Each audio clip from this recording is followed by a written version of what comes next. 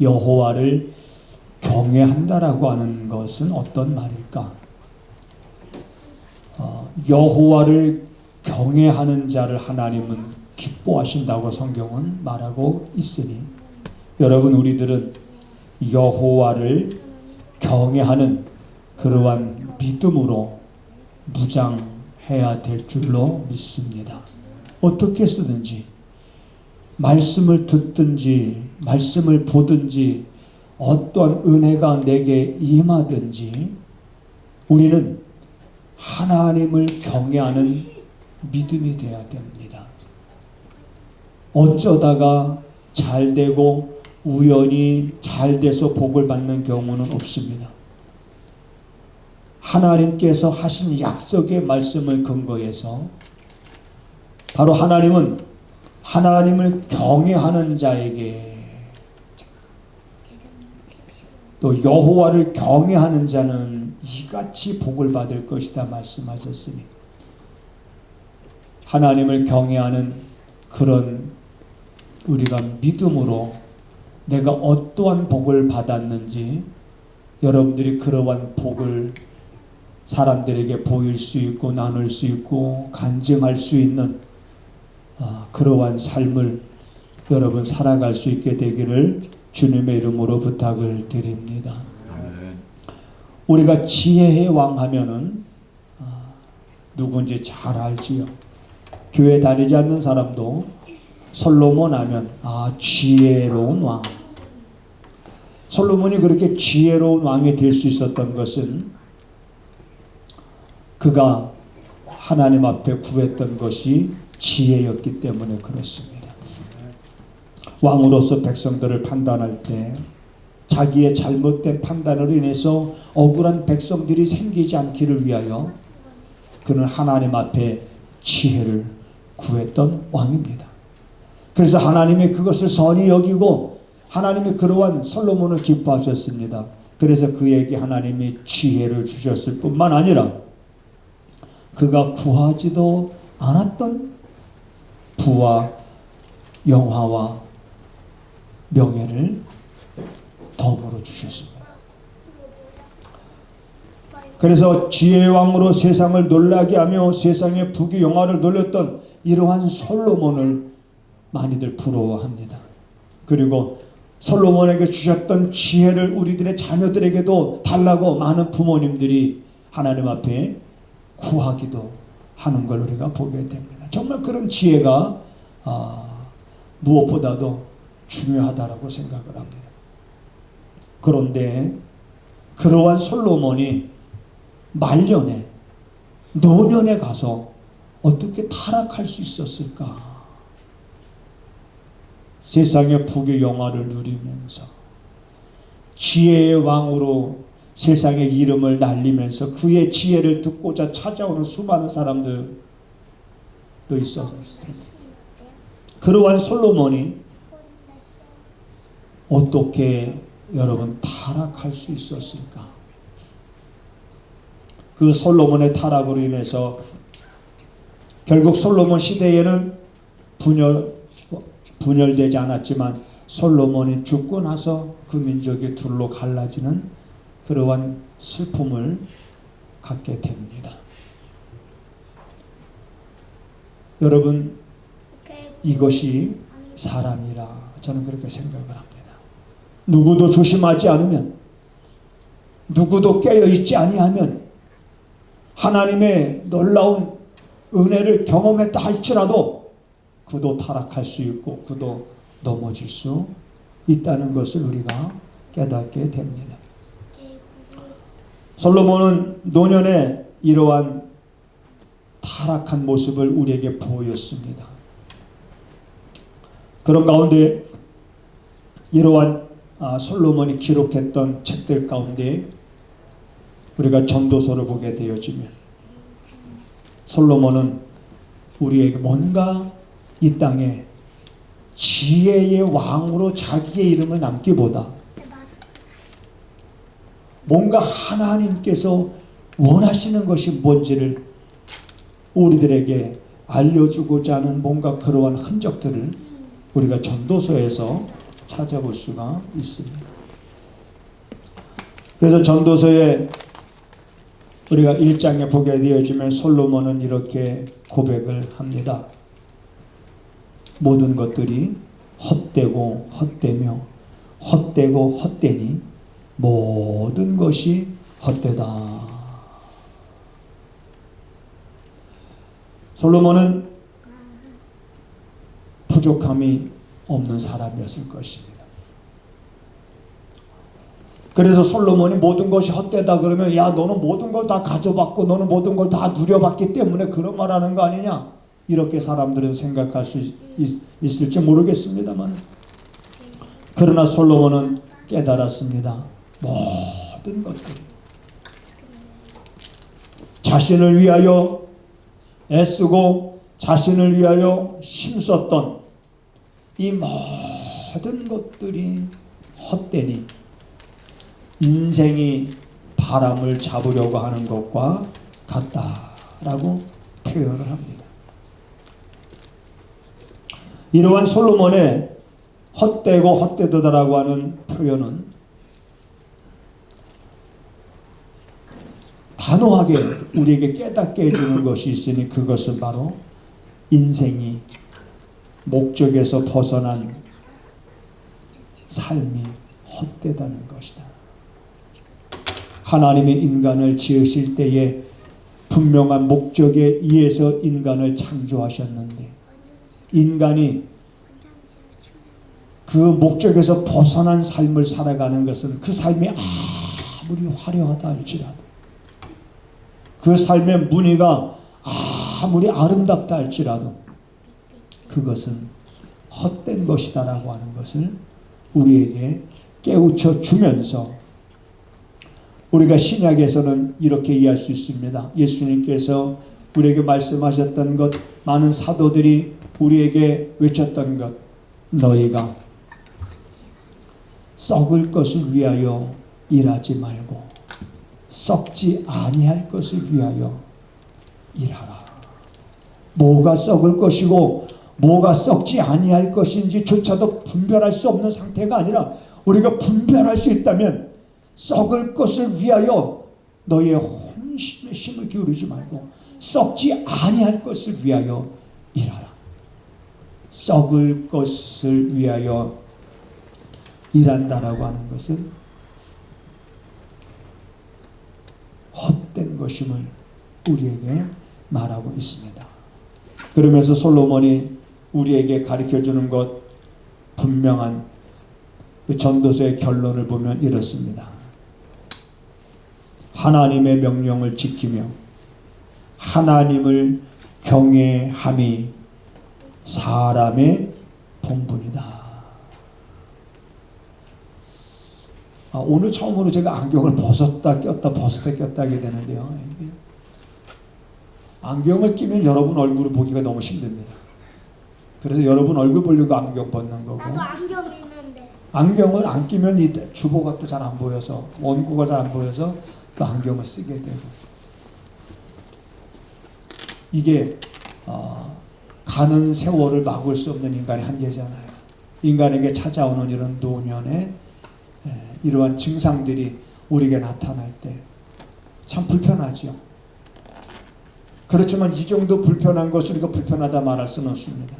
이건 문제가 아닙니다. 이건 문제가 아니고 내가 바람을 잡으려고 하는 것과 같은 헛된 욕심에 사로잡혀 살아가는 것, 이것이 문제입니다. 그래서 하나님의 명령을 지키고 하나님을 경외하는 것, 이것이 사람의 본분이다. 여러분, 사람의 본분이 뭐냐? 먹고 사는 것이 아닙니다. 하나님을 하나님으로 아는 것입니다. 하나님을 하나님으로 인정하는 것입니다. 하나님을 하나님으로 알고 인정하고 그래서 그 하나님을 내가 경외하는 삶을 살아가는 것입니다. 그래서 하나님은 하나님을 경외하는 그러한 사람을 기뻐하시는데 그 믿음을 하나님은 보기 위해서 아브라함을 하나님은 시험하시기도 했습니다.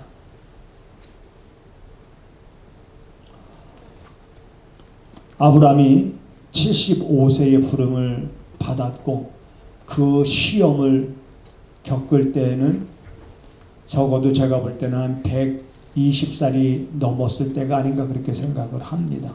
왜냐하면 아브라함이 이삭을 이제 데리고 하나님이 번제로 드리라고 하는 그 지정한 모리아 산을 향해서 떠났지 않았습니까? 그리고 이제 3일길을 걸어서 모리아 산에 보일 때 자기 종들을 걷다 두고 그리고 종들이 지고 왔던 번제에 쓸 나무를 아브라함이 누구에게 주었냐면 이삭에게 주었습니다. 그 나무를 지을 정도의 이삭이 됐다는 얘기예요.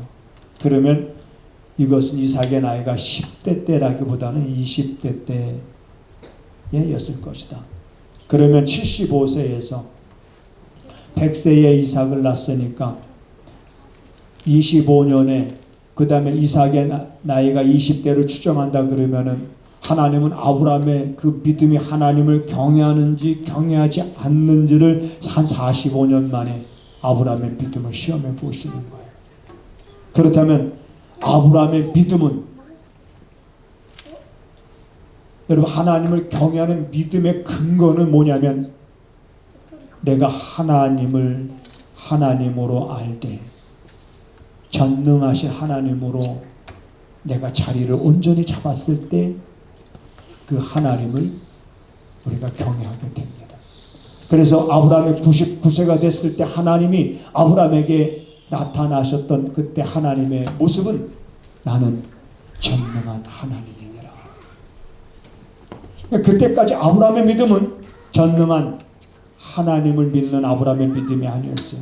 숱하게 이러한 때를 따라서 아브라함이 위험에 처져 있을 때 어려움에 처져 있을 때 하나님이 그를 도우시고 언약을 재확인시켜 주시고 또 하나님이 나타나시고 그리고 약속하신 대로 그러한 끊임없는 하나님의 은혜를 통해서 어느 순간 아브라함은 하나님을 경외하는 그런 믿음을 갖게 되는데 자기 목숨보다 더 소중한 자식을 번제로 드리라는 그런 하나님의 말씀에까지 순종하게 됩니다.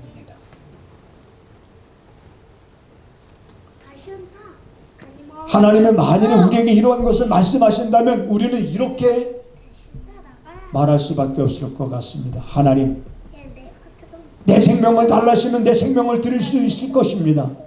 우리 자식만큼은 안 됩니다. 라고 할 수도 우린 있겠죠. 아브라함은 하나님의 그 무리한 요구하심 순종할 때 비로소 하나님이 이렇게 말씀하십니다. 내가 이제야 네가 나를 사랑하는 줄, 네가 나를 경외하는 줄을 알겠노라. 무려 10년도 아니고 20년도 아니고 30년도 아니고 40년 동안에 하나님은 아브라함의 믿음을 다져나가십니다.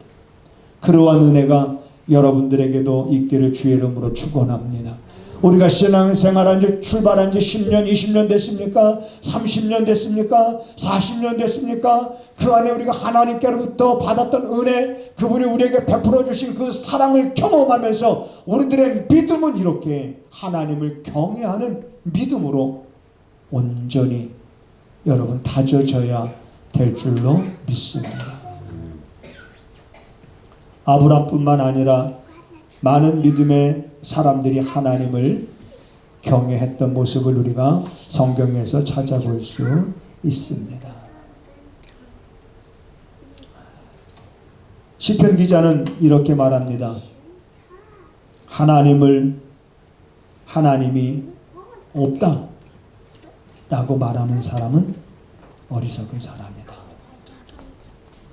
시편 14장 1절 그리고 53장 1절에 보면 하나님을 경외하지 않는 사람 치고 세상과 더불어 짝하지 아니하는 사람이 없습니다. 세상의 즐거움과 세상의 자랑과 세상의 명예와 세상의 쾌락과 세상의 것을 얻기 위하여 하나님을 경외하지 않는 사람들은 자기 양심을 거스르며 세상의 법을 어기며 범법을 행하며 그래서 우리가 시편에 나와 있는 말씀을 보게 되면 이렇게 말하고 있습니다. 저희는 부패하여 가증한 악을 행하고 선을 행하는 자가 없도다. 이런 자가 누구냐? 하나님이 없다고 하는 자. 이 하나님이 없다고 하는 자들은 누구냐? 어리석은 자들이다. 그래서 저희는 부패하여 가증한 악을 행한다 그랬습니다. 잠언 8장 13절과 16장 6절에 보면 하나님을 경외하는 자들은 악을 미워하고 악에서 떠난다 그랬습니다. 내가 하나님을 경외한다라고 하는 그 신앙의 증거는 뭐냐면 내가 살아가면서 죄악과 타협하지 아니하는 것입니다. 악을 미워하는 것입니다. 악을 떠나는 것입니다. 예레미야 선지자는 이렇게 2장 19절에서 이렇게 말합니다. 하나님을 등지고 하나님을 마음에 두지 아니하고 하나님을 경외하지 아니하는 것이 바로 악이요 고통이다. 이렇게 말하고 있습니다.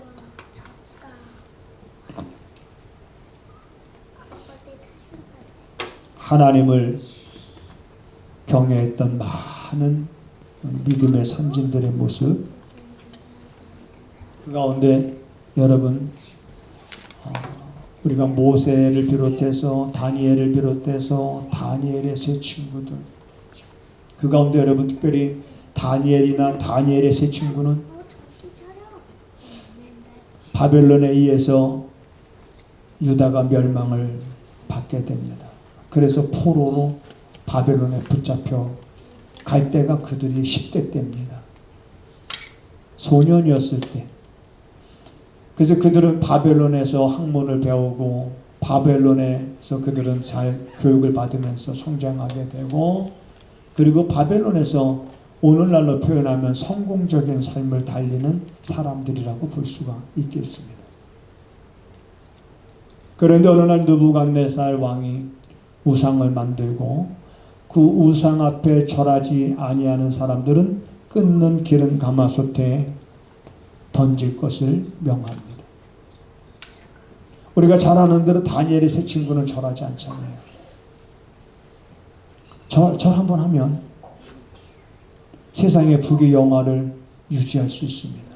자기 지위를 유지할 수 있습니다. 포로로 붙잡혀서 바벨론에서 공부를 하면서 이제는 그들은 거기서 출세를 한 사람들인데 보장받을 수 있는, 그런데 절하지 않습니다. 모든 것들이 다 보장되어져 있는 삶을 포기하고 오히려 그들은 하나님께서 우상을 섬기지 말라고 하신 그 말씀 때문에 그들은 모든 걸 다 포기하고 끊는 기름 가마솥에 던져지지 않습니다. 느부갓네살 왕이 그들을 던지고 나서 깜짝 놀란 것은 우리가 3명을 던졌는데 그 끊는 기름 가마솥에는 4명이 있다는 얘기예요. 그 하나는 누구겠습니까? 그래서 다니엘의 세 친구들이 믿는 그 하나님을 찬양할지어다라고 느부갓네살 왕이 이렇게 깜짝 놀라서 외치는 모습을 우리가 알게 됩니다. 여러분, 신앙은 거짓이 있을 수 없습니다. 우리의 거짓에 하나님이 속는 분도 아닙니다. 그렇기 때문에 우리는 어떻게 해서든지 형식이나 거짓에 얽매여서는 안 됩니다. 나의 참모습이 정말 하나님을 경외하고 있는가라고 하는 것입니다. 내 중심이 정말 살아계신 하나님께로 향하여져 있으며 세상의 그 어떤 죄의 유혹과도 타협하지 아니하고 나의 유익을 위하여 거짓과 우리가 탐하지 아니하고 타협하지 아니하고 오직 하나님을 경외하며 그분의 말씀을 지켜나가는 것이 사람의 본분이라고 하는 그 말씀을 우리가 따라 살아나갈 때, 그때 여러분 우리는 바로 그러한 이들이 복이 있는 자다라고 말할 수가 있습니다. 하나님은 그러한 경외하는 자에게 복을 주시는데 오늘 128편 2절에 보면 내가 내 손에 수고한 대로 먹을 것이라 내가 복되고 형통하리로다. 형통의 복이라고 하는 것은 사람이 만들어가는 것이 아닙니다. 이건 사람이 만들어가는 것이 아니라 이건 하나님께서 역사하시는 거죠. 이러한 복이 나는 여러분들의 삶 속에 여러분들이 손으로 하는 일에 있게 되기를 주님의 이름으로 축복을 드립니다.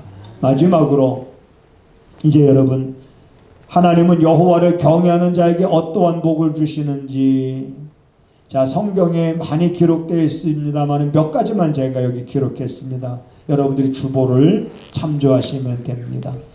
여호와를 경외하는 자에게 하나님은 부족함이 없게 하신다고 말씀하셨습니다.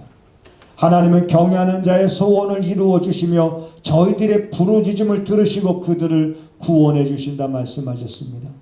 하나님은 하나님을 경외하는 자들로 하여금 생명에 이르게 하시고 그들로 하여금 족하게 지내게 하시며 하나님은 그들로 하여금 재앙을 만나지 않게 하신다 그랬습니다. 우리가 하나님을 경외함의 보응은 재물과 영광과 생명이라 말씀했습니다. 내 이름을 경외하는 너희에게 의로운 해가 떠올라서 치료하는 광선을 바라리니 너희가 나가서 외양간에서 나온 송아지같이 뛸 것이다 라고 말했습니다. 여러분,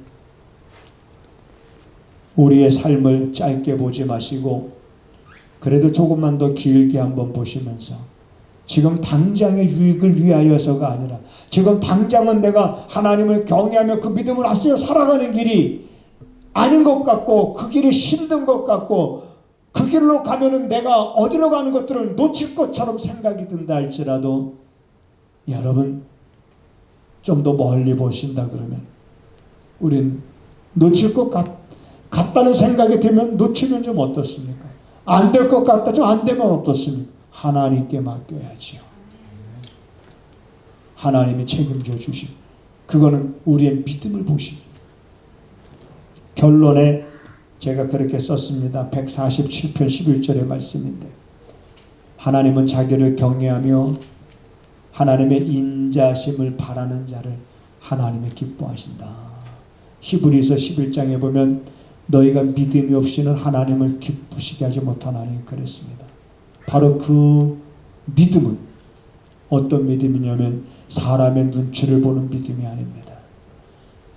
사람을 찾아가서 우리가 사람에게 도움을 청하는 어떤 그런 모습들이 아닙니다. 이 믿음은 오직 하나님만을 의지하고 하나님만을 바라며 그리고 그 하나님을 경외하고 그 약속의 말씀을 굳게 믿고 고지식하게 그 말씀대로 나가는 그 말씀대로 살아갈 것을 고집하는 그 고집, 그건 똥고집이 아니라 그 고집은 거룩한 고집입니다.